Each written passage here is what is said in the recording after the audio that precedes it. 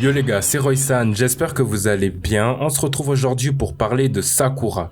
C'est vrai que c'est un personnage vraiment trash et détesté de la communauté, mais on va essayer de voir si elle est vraiment aussi forte que Mami Tsunade.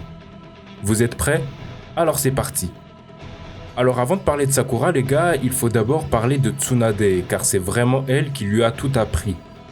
Comme vous le savez, avant Shippuden, Sakura est un personnage quasiment pas exploité et qui n'a aucun talent particulier. Mais par contre, dans Shippuden, elle est devenue la disciple de Tsunade, la grande Sannin légendaire. Tsunade est représentée comme la plus forte des femmes ninja. Elle a littéralement créé l'unité médicale et les règles médicales pour les médecins. Elle a également créé la manière dont les équipes sont constituées et envoyées en mission. Donc 2 garçons et un ninja médecin dans la logique. Ensuite, sa puissance a été reconnue par les ninjas les plus forts et les plus légendaires de l'histoire, comme Madara, Orochimaru, Hanzo, etc. Tsunade est la créatrice de la technique du sceau de création du renouveau, le summum absolu du ninjutsu médical. Grâce à toutes ses qualités, elle a pu devenir le 5e Hokage, un titre absolument énorme et extrêmement difficile à avoir. Pour être honnête, je pourrais même la placer parmi les top meilleurs ninjas de tous les temps. Ensuite, quand on y pense, on parle pas souvent du fait que Tsunade est une Uzumaki et une Senju, 2 clans qui sont connus pour avoir une espérance de vie incroyablement longue et des réserves de chakra encore plus grandes. Ce qui signifie qu'automatiquement que ces réserves de chakra sont plus grandes qu'un grand nombre de ninjas. Bon, maintenant qu'on a résumé un peu le cas de Tsunade, il faut qu'on parle de Sakura. Comme je l'ai dit au début de la vidéo, durant toute la première partie du manga, les capacités de Sakura au combat ne sont pas du tout développées. On la voit principalement utiliser des techniques de base qu'elle avait apprises à l'académie. Donc son rôle dans l'équipe 7 était inexistant car elle comptait beaucoup trop sur Naruto et Sasuke.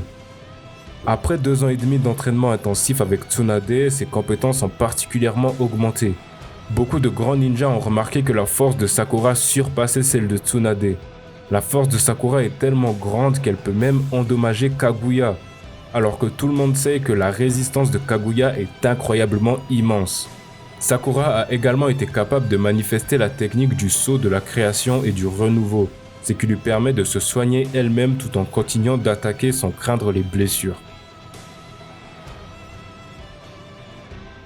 Bon, maintenant qu'on a parlé un peu des 2 persos, on peut se demander qui est la plus forte entre les 2. Alors déjà, dans Naruto Shippuden, en tout cas dans l'équipe 7, la logique est faite que les disciples doivent dépasser les maîtres. On l'a vu avec Naruto et Sasuke qui se sont appropriés les techniques de leurs maîtres, mais les ont élevés à un niveau encore jamais vu. Mais pour Sakura, c'est différent car bien qu'elle s'ait approprié les techniques de Tsunade, elle n'a jamais pu les élever à un niveau aussi grand que Tsunade. Par exemple, Tsunade peut utiliser la technique de la perturbation des impulsions du corps. En fait, c'est une technique de Raiten que Tsunade utilise contre Kabuto pour couper les signaux de chakra dans le système nerveux, ce qui va justement perturber la coordination du corps.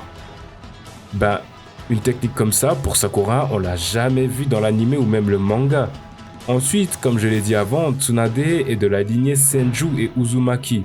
Donc de base, son corps est extrêmement résistant par rapport à Sakura, qui est un ninja ordinaire. Pour continuer, la capacité de guérison de Tsunade est bien supérieure à celle de Sakura, car déjà de 1, Tsunade a des décennies d'expérience du fait qu'elle ait participé à pas mal de guerres, et de plus, elle a pu guérir Shikamaru avec une grande facilité, où justement on a vu Sakura qui galérait plutôt pas mal. Ensuite, Sakura était super bien partie pour dépasser Tsunade, mais malheureusement pour elle, la paix à Konoha est arrivée, donc elle a dû se consacrer à sa future famille avec Sasuke. Malgré tout ce que l'on peut dire sur elle, les gars, Sakura à son apogée a clairement les capacités pour devenir Hokage. D'ailleurs, dans le Sakura Inden, beaucoup d'exploits sont racontés à son sujet. J'en parlerai peut-être dans une prochaine vidéo. En conclusion, je dirais que Tsunade est une kunoichi plus forte et plus puissante que Sakura, et la meilleure kunoichi de tous les temps. Franchement, je dénigre pas le niveau de Sakura car elle a quand même pu se hisser à un niveau Sennin, voire même Kage, mais ça reste un ninja ordinaire de base, donc par rapport à Tsunade qui a des gènes Uzumaki et Senju, c'est beaucoup plus difficile. Après, Sakura est un ninja vraiment très puissant, même si c'est qu'un ninja ordinaire. N'hésitez pas à me dire ce que vous en pensez dans les commentaires. Abonnez-vous si la vidéo vous a plu, car j'ai remarqué que beaucoup de personnes regardent mes vidéos sans être abonnés. Les gars, abonnez-vous, wesh, c'est gratuit. C'était votre pote Roysan et je vous dis à la prochaine. Allez, bonne soirée.